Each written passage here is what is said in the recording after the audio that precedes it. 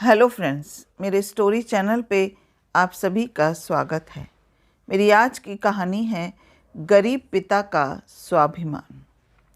बापू जल्दी चलो, कोचिंग का टाइम हो गया है। इतनी देर से लाई तुम रिक्शा, कुछ छूट जाएगा तो कौनो नहीं समझाएगा मुझे। चारू रिक्शा चलाते अपने बापू से बोली, बिटिया सवेरे 30 रुपये कमाया, मुझे पता था तू लेट ना हो जाए इसलिए एक सवारी छोड़ाया। तेरी कोचिंग का पढ़ाई का पैसा भी तो जुटाना है तेरे बापू को। ठंड में मुंह से धुआं निकालता शॉल ओढ़े हुए चारू का बापू बोला। तो बापू मैं तो कह रही थी मुझे 2-4 बच्चे पढ़ा लेने दो। कितने बच्चे पढ़ने को आए, तुमने ही मना कर दी। अब तो मेरी बीएससी भी हो गई है, मुझे नहीं पढ़वाना अपनी बिटिया पर बालक बच्चे। बस तू छोटी मोटी ही सही सरकारी नौकरी पाले, अपने पैरों पर खड़ी हो जा। मेरी दुनिया, बस मेरा जीवन सफल हो जाएगा।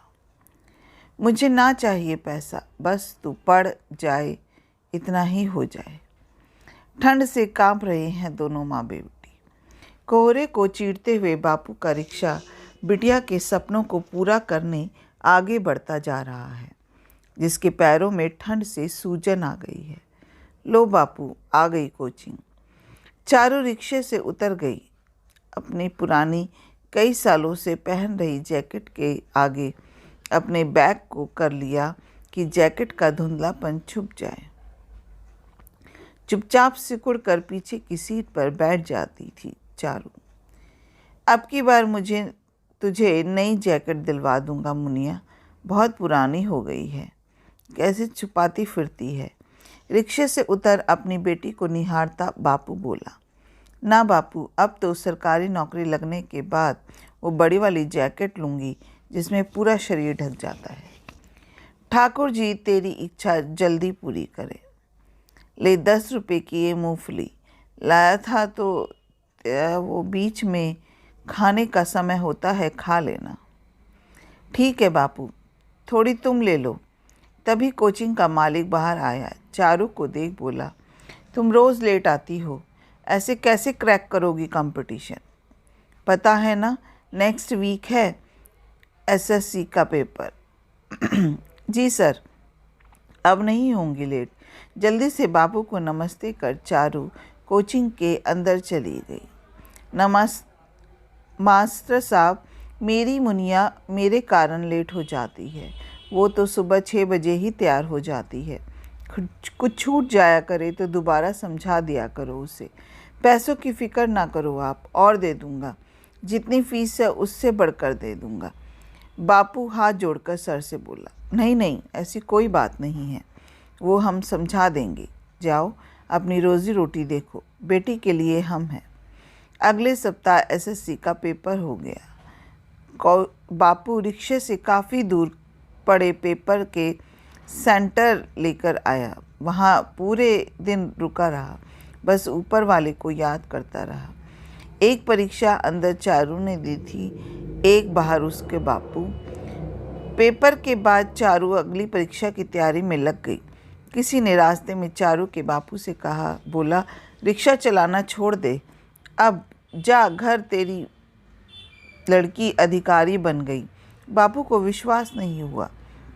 हाफता हुआ रिक्शा लेकर घर आया। उसका घर में जाना मुश्किल हो गया था, इतनी भीड़ जो लगी थी उसके घर पर। ना जाने कितने लोगों ने उसकी पीठ थमथमाई। अंदर मीडिया के लोग बैठे थे जो चारू और उसकी अम्मू भाई को घेरे हुए थे। बापू को देख कैमरा उसकी तरफ हो गया। एक पर एक प्रश्न बापू जी से किए जा रहे कि एक रिक्शे वाले ने लड़की को अपनी मेहनत और उसकी लगन से अधिकारी बना दिया। घर के एक एक कोने की वीडियो बन रही थी कि चारू यहाँ पढ़ती थी, यहाँ खाना बनता था, बरसात में टपकती इस झोपड़ी में रहती थी। इससे पहले तो कोई जानने नहीं आया कि एक रिक्शे वाले ने अपने मुनिया को कैसे पढ़ाया। भाई, यही समाज है जहाँ असफलताओं में आपको कोई नहीं पूछेगा और सफलता शोर मचाती है। कुछ भी हो, आज चारू अधिकारी बन गई। चारू ने बापू के गंदे छाले पड़े हाथों को जी भरकर चूम लिया। बापू भी बिफर पड़ा, अपनी मुनिया को सीने से चिपका लिया। आखिर एक और गरीब आदमी की लड़की अधिकारी जो बन गई थी। रोज अखबार में पढ़ता था, आज मेरी मुनिया ने कर दिखाया। आंखों में आई खुशी के आंसुओं को उसने आज रोका नहीं। बापू रिक्शा अभी भी चला रहा है। ये पिता बड़े स्वाभिमानी होते हैं, बच्चों को आसमान की बुलंदियों पर पहुंचा देते हैं, पर खुद अपनी जड़ों से जुड़े रहते हैं। अपना कीमती समय देने के लिए दिल से शुक्र। अगर आपको ये कहानी अच्छी लगी हो तो एक लाइक कीजिएगा, शेयर कीजिएगा और मेरे चैनल को सब्सक्राइब करना मत भूलिएगा। फिर मिलते हैं एक नई कहानी के साथ। जय हिंद।